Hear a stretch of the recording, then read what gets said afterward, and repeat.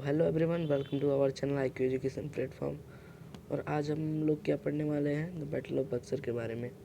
तो पिछले वीडियो में हमने बताया था कि बैटल ऑफ प्लासी में जो बैटल हुआ था वो किसके किसके बीच में हुआ था और उसमें जीता कौन था। ठीक है, तो आज हम यही पढ़ेंगे कि बैटल ऑफ बक्सर में ये जो बैटल हुआ था वो क्यों हुआ था, उसके रीज़न क्या थे, और बैटल ऑफ बक्सर में कौन जीता था और कौन हारा था और मेन रीज़न क्या था हारने का। ठीक है, तो ये सारी चीज़ हम डिस्कस करने वाले हैं इस वीडियो में। तो अगर आपने बैटल ऑफ प्लासी का वीडियो नहीं देखा है तो प्लीज़ आप डिस्क्रिप्शन में जाके बैटल ऑफ प्लासी का वीडियो देख ले, क्योंकि जो इवेंट है बैटल ऑफ प्लासी और बैटल ऑफ बक्सर का वो एक दूसरे से कोरिलेटेड है। ठीक है, तो अगर आपको बैटल ऑफ प्लासी अच्छे से समझ आ जाएगा तो बैटल ऑफ बक्सर एकदम अच्छे से समझ में आ जाएगा। ठीक है, तो पहले आप जाके बैटल ऑफ प्लासी का वीडियो देख लें, उसके बाद आपको बैटल ऑफ बक्सर का वीडियो अच्छे से समझ में आएगा। ठीक है, तो चलिए स्टार्ट करते हैं बैटल ऑफ बक्सर को। ठीक है, तो जो बैटल ऑफ बक्सर था, ठीक है, तो ये किसके किसके बीच में हुआ था ये हम पहले बता दें कि मीर कासिम के बीच में। ठीक है, मीर कासिम और ईस्ट इंडिया कंपनी के बीच में हुआ था। ठीक है, मीर कासिम और ईस्ट इंडिया कंपनी के बीच में ये बैटल हुआ था। तो अगर हम इवेंट देखें बैटल ऑफ प्लासी की बाद का इवेंट, ठीक है, तो बैटल ऑफ प्लासी के बाद क्या हुआ था, सिराजुद्दौला जो थे बैटल ऑफ प्लासी में हार गए थे और उसके बाद मीर जाफ़र जो थे वो नवाब बन गए। कहाँ के? बंगाल के नवाब मीर जाफ़र बन गए। तो जब सिराजुद्दौला हार गए और जीता कौन? कंपनी, ईस्ट इंडिया कंपनी हमारे जब जीत गई तो उन्होंने नवाब किसको बनाया? मीर जाफ़र को। ठीक है, तो उन्होंने मीर जाफ़र को नवाब बना दिया। अब इस चीज़ से जो हमारी कंपनी थी वो खुश थी, क्योंकि कंपनी चाहती थी एक पपेट रूलर, और मीर जाफ़र जो थे एक तरह से वो एक पपेट रूलर ही थे कंपनी के लिए। ठीक है, इस चीज़ से कंपनी खुश थी। तो company was interested more in trade not in taking the administration. ठीक है, तो जो कंपनी थी वो जब खुश रहेगी तो वो ट्रेड अपना बढ़ाएगी। ठीक है, जाहिर सी बात है। तो कंपनी अपने ट्रेड में इंटरेस्ट लेने लगी और वो ट्रेड को अपने और एक्सपेंड करने लगा। ठीक है, उनका ट्रेड और एक्सपेंड होने लगा और वो अच्छे से वर्क भी कर रहे थे। ठीक है, तो दिक्कत क्या आती है कि the company found it difficult to work with A puppet नवाब आजम। ठीक है, तो दिक्कत क्या आता है कि जो मीर जाफ़र थे वो कंपनी के फेवर में ही काम कर रहे थे अपने सब्जेक्ट्स के लिए, यानी जो उनकी प्रजा थी। ठीक है, अपने प्रजा के लिए अपने प्रजा पे ध्यान नहीं दे रहे थे, जिसकी वजह से उनकी जो प्रजा थी वो अपने नवाब पे खुश नहीं थी। ठीक है, तो खुश नहीं रहेगी तो उनका इमेज ख़राब होगा, भाई मीर जाफ़र का इमेज ख़राब होगा उनके सब्जेक्ट के नज़रों में, उनके प्रजा के नज़रों में। तो जब भाई आपकी इज्जत ही नहीं रहेगी तो आप क्या नवाब बन के करोगे। ठीक है, नवाब बन के क्या करोगे जब आपकी इज्जत ही नहीं रहेगी। तो इस चीज़ से मीर जाफ़र ने ये चीज़ सोचा कि भाई मेरी इज्जत ही नहीं रहेगी तो मैं नवाब बन के क्या करूँगा। तो उन्होंने क्या किया, ईस्ट इंडिया कंपनी थी उनका साथ देना छोड़ दिया और वो अपने प्रजा के लिए काम करने लगे।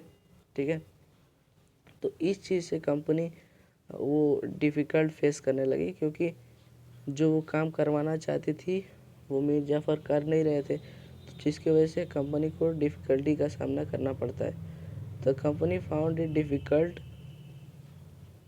To work with A puppet नवाब। वो सोचे कि भाई जो मेरा पपेट नवाब है ये तो अब अपने प्रजा के लिए काम कर रहा है, हम लोग के लिए काम नहीं कर रहा है। तो इस चीज़ से जो ईस्ट इंडिया कंपनी थी उनको डिफ़िकल्टीज का सामना करना पड़ा। ठीक है, तो अब उसके बाद क्या हुआ, एक मिनट देखते हैं।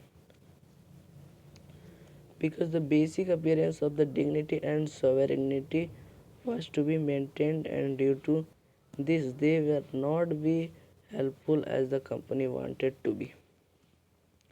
तो जैसा ईस्ट इंडिया कंपनी चाहती थी वैसा मीर जाफ़र कर नहीं रहे थे, तो जिसकी वजह से ईस्ट इंडिया कंपनी के लिए मीर जाफ़र कोई भी सहायता नहीं कर सकते थे ईस्ट इंडिया कंपनी का। कोई भी सहायता नहीं कर रहे थे, जिसकी वजह से ईस्ट इंडिया कंपनी खुश नहीं थी और उनको बहुत डिफ़िकल्टीज़ का सामना करना पड़ रहा था। तो उन्होंने उनके दिमाग में आइडिया आया। वो आइडिया क्या आया, नीचे डिस्कस करते हैं। मीर जाफ़र एक तरह से पपेट रूलर, ठीक है। तो at the time he protested for his subject. तो मैंने अभी बताया ना कि मीर जाफ़र जो थे वो अपने सब्जेक्ट्स के लिए काम करने लगे, अपने प्रजा के लिए काम करने लगे, ठीक है। तो इस चीज़ से कंपनी क्या की, the company deposed him and installed Mir Qasim, ठीक है, एक न्यू कैरेक्टर, ठीक है, मीर कासिम सन in law in his place, ठीक। तो जो कंपनी थी, ठीक, वो क्या की, मीर जाफ़र को हटा के उनको बोल दिया कि ठीक है आप जाइए, आप हमारे फेवर में काम नहीं कर रहे हैं, हम मीर कासिम को रख ले रहे हैं जो कि ये हमारे फेवर में काम करेगा। तो मीर कासिम कौन थे, मीर जाफ़र के दामाद जी थे, ठीक है। तो दामाद जी भी मीर जाफ़र को ऐसा बोले होंगे कि भाई आपकी उम्र हो गई, आप हट जाओ, अब हमें नवाब बनने दो, ठीक है।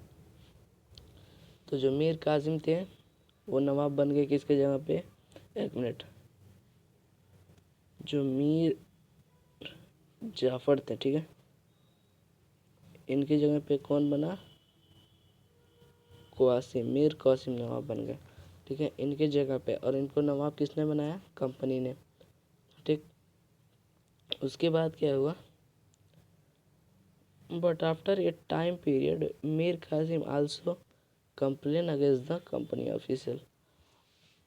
अब देखो यहाँ पे बात समझने वाली है कि जब कंपनी ने, ठीक है, ईस्ट इंडिया कंपनी ने मीर कासिम को नवाब बना दिया, तो सारा पावर किसके हाथ में आ गया, मीर कासिम के, ठीक है। जो मीर जाफ़र अपने पूरे पावर का यूज नहीं कर पा रहे थे, लेकिन जो मीर कासिम थे उन्होंने इस चीज़ को यूज किया, ठीक। तो मीर कासिम ने क्या किया, जो कंपनी थी ईस्ट इंडिया कंपनी, उनके अगेंस्ट, ठीक है, कंप्लेंट करने लगे कि आप ये ना करो, वो ना करो, आप कॉइन ना बनाओ। कॉइन भी बनाने लगे थे, सिक्के, जो कंपनी थी हमारी, ठीक है। तो इन दोनों लोग के बीच, यानी कि क़ासिम और ईस्ट इंडिया कंपनी, इन लोग के बीच तालमेल अच्छे से हो नहीं पा रहा था। तो जिसकी वजह से अब मीर कासिम को हटाना मुश्किल था। तो इसकी वजह से क्या हुआ, बैटल ऑफ बक्सर, यानी कि अब वो क्या किस फॉर्म में हो गया, उनकी तालमेल बन नहीं रही थी। अब उन्होंने क्या किया, बैटल किया आमने सामने, ठीक है। तो बैटल में क्या हुआ, ये बैटल है बैटल ऑफ बक्सर, ठीक है। तो उस बैटल में क्या हुआ, Mir Qasim was defeated in the battle of Buxar 1764 and again, sorry ये मीर जाफ़र है, ठीक है। तो वहाँ पे रहेगा मीर जाफ़र, ठीक है। मीर जाफ़र वाज री installed as Nawab of Bengal, ठीक है। तो जो मीर कासिम थे वो बैटल ऑफ बक्सर में हार गए। क्यों हार गए, क्योंकि जो हमारी ईस्ट इंडिया कंपनी थी वो बहुत पावरफुल थी, क्योंकि उन्होंने सिराज उद दौला को भी हरा दिया, जो बैटल ऑफ प्लासी में हमने बता दिया। तो सिराज उद दौला को जब हरा देगा तो मीर कासिम क्या चीज़ है, ठीक है। तो मीर कासिम को भी ईस्ट इंडिया कंपनी ने हरा दिया 1764 में, यानी कि ये बैटल किस हुआ था, 1764 में, ठीक। अब यहाँ पे सोचने वाली बात ये है कि जब मीर कासिम हार गए तो ये मीर जाफ़र अगेन, यानी कि दोबारा बंगाल का नवाब क्यों बने, ठीक है। वो कंपनी चाहती तो खुद भी नवाब बन सकती थी, क्योंकि दो लोग को हरा दी थी। अब भाई उनके हिसाब से जो रूलर थे वो सारे धोखा दे रहे थे, तो वो कंपनी भी चाहती तो अपने खुद नवाब बन सकती थी। बट कंपनी ने ऐसा क्यों नहीं किया, ये मैं बताता हूँ, ठीक है। तो जो कंपनी ईस्ट इंडिया कंपनी थी वो आई किस लिए थी, सॉरी, ट्रेड के लिए, ठीक है। आई किस लिए थी? ट्रेड के लिए। अब अगर वो अपने खुद नवाब बन जाते, ठीक है, बंगाल का, तो बंगाल इतना छोटा तो है नहीं, एक दो लोग आओ, ठीक है, जो लेना है ले जाओ, जो बताना है बता जाओ।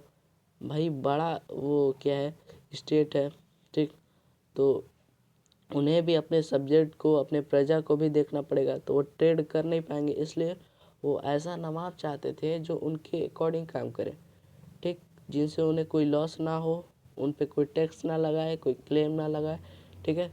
तो इस तरह का नवाब वो चाहते थे, इसलिए वो नवाब बना भी रहे थे। तो फिर मीर जाफ़र क्यों नवाब बने?